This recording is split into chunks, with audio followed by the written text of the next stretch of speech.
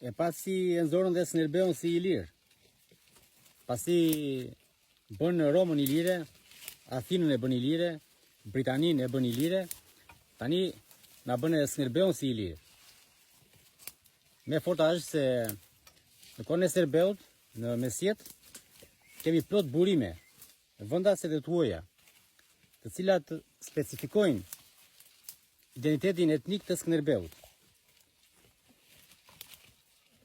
Për shembull, burime vendase kemi Marin Baletin, Frank Bardhin e tjera. Dërsa burimet jashtme kemi Papa Piun, Ferdinandi i Napolit, Ujnjadi i Ungarisë, dhe të gjitha këto burime, pa përjashtim, e identifikojnë Skënderbeun si Maqedon dhe si Epirot, pasardhës i Aleksandrit të Madh dhe të Piros.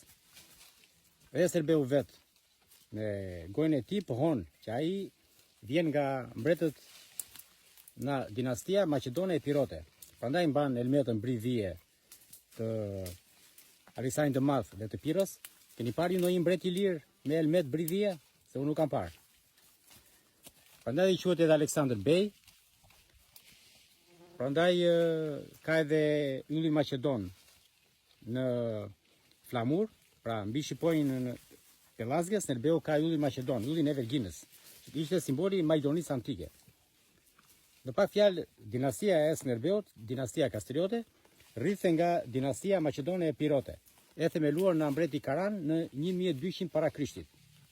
Mbreti Karan edhe mbreti Midas i Brygve ishin të lidhur me Krushira. Dhe së bashku ata themeluan dinasti Maqedone, por kjo është temë tjetër. Pra Snerbeu nuk i përmend kur i lirët. Sepse në mesjet i lirë quheshin kroatët slav, nuk quheshin kur shqiptarët. Këtë ngulitën i mi në mendje.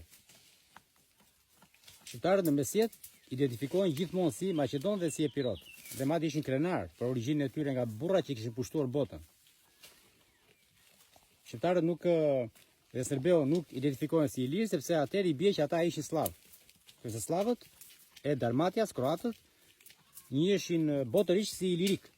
Madje deri në 1800-ën, Dalmatia slave njihej si provinca ilirike. E keni për shembull te provinca franceze e Napoleonit, i shikojeni atë. Në kohën e Napoleonit, Ali Pasha quhej mbreti i Epirit, nuk quhej mbreti i Ilirisë.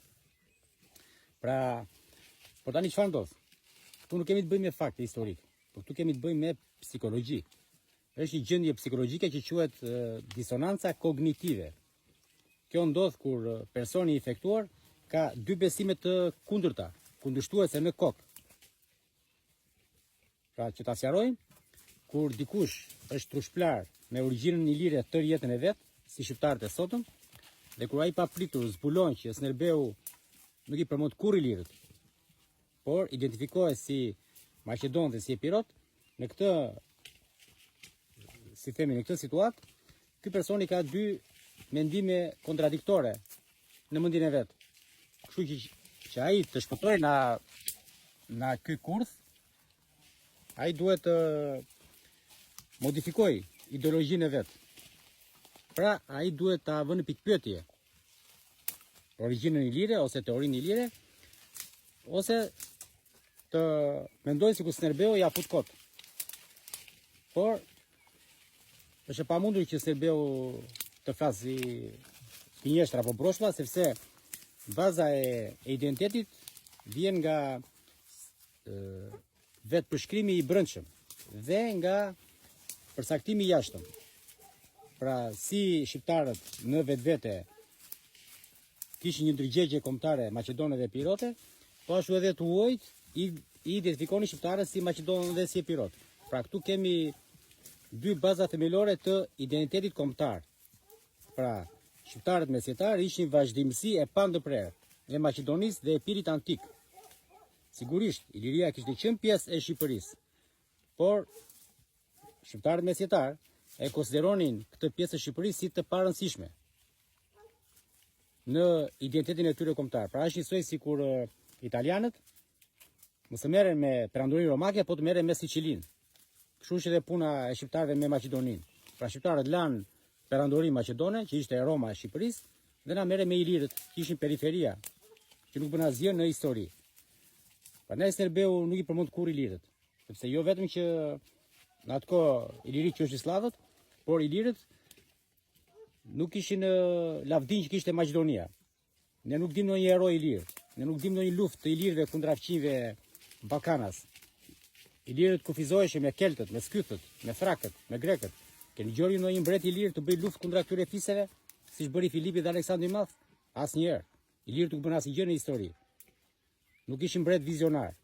Po jo sepse ishin të paaftë, por sepse nuk kishin burime ushtarake dhe natyrore siç kishte Maqedonia, që ishte Shqipëria e sotme, pak a shumë.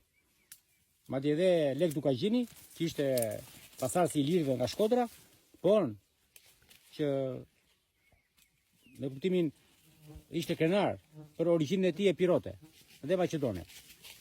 Kështu e quajnë Lek Dukagjini veten e tij, burr epirot. Në pak fjalë bëni kujdes me këta pseudo shkollarë dhe këta delet që dalin nëpër televizione apo në TikTok dhe pasi u trushplan nga Titu, ose më mirë u tallën dhe u turpuruan nga slavët dhe nga grekët me origjinën ilire, tani që të mbështesin këto fantazmat e tyre, ata na nxjerrin teorira sikur edhe Snerbeu na paska qenë ilir, kur heroi I madh shqiptar e pohon me gojën e vet. Se nga e kishte origjinën dhe kush ishte.